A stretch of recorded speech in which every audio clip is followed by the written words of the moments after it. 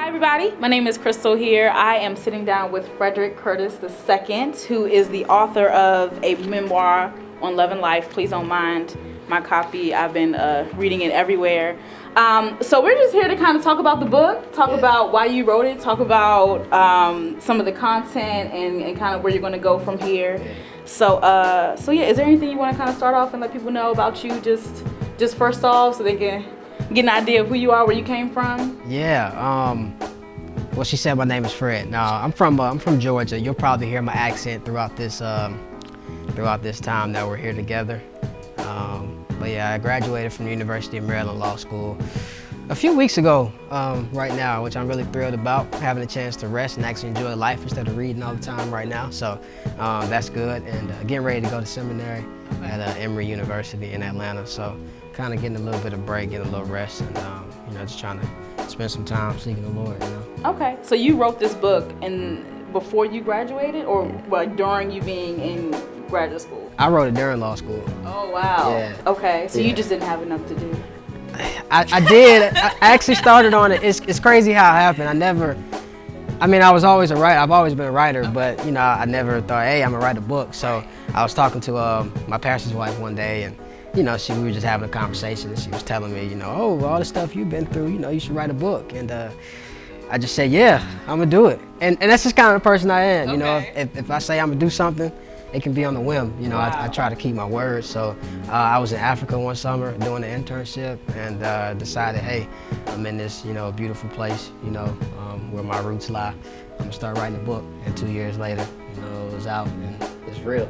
Wow, yeah, it's a real book. It is a real book. So you just kind of started writing just because someone said, you had an interest in life, and I think that people could benefit from you putting it down on paper. That's a part of it. The biggest reason why I started writing, man, was just pain. Okay.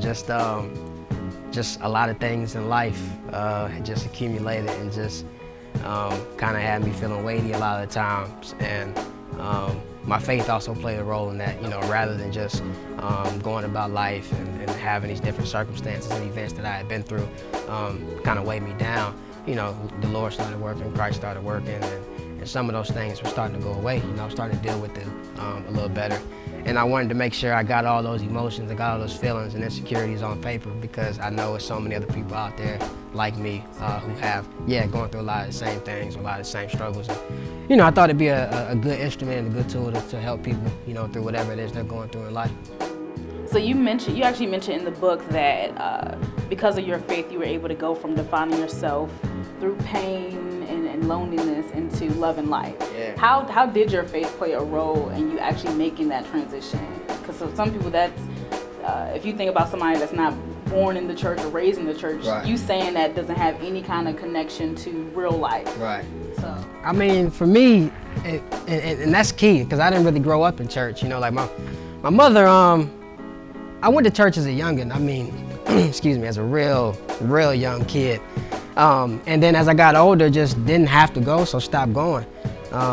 And all the while, life just kept happening and things kept happening and going on around me.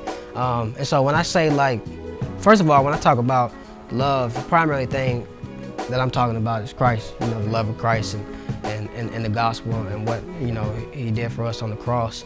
And accepting that, I found the true meaning of what it means to love myself and to love others, to be sacrificial, to have people's eternality, in mind, first and foremost. So that's kind of what I'm talking about with love. But life is, and I try to juxtapose that in how I label, different chapters. Life is just life, the things that happen, The struggle. Exactly, that's life. And I said it on the back, life isn't fair. It's never been fair, and we don't need to expect it to be fair, but you can make it fair through a variety of different things, and love is one of those things. But at the heart of that love for me is always, not always, but since my conversion, has been Christ, has been the gospel, has been, what the Lord has done for me and how he's worked in my life. Okay, so that makes a lot of sense. Who are you hoping to really reach with this book? Who are you hoping that really picks up this book and reads it front to back? Who was this really written for? Man, it's written for anybody who wants to spend money on it. But no, to be real with you, primarily I say people who are lost, who don't know the gospel, but Really young people, man. You know, the 14, 15, 16-year-old who, you know, is wondering, you know, if it's his fault that his parents got divorced. You know, the 16-year-old girl who's struggling with insecurities, who doesn't think she's beautiful and tries to find that, you know, tries to find love or release with, you know, a young man. You know, 23 or 24-year-old who has a younger brother or sibling, you know, with a disability. You know, so many. It's really for anybody who's been through anything in life, honestly.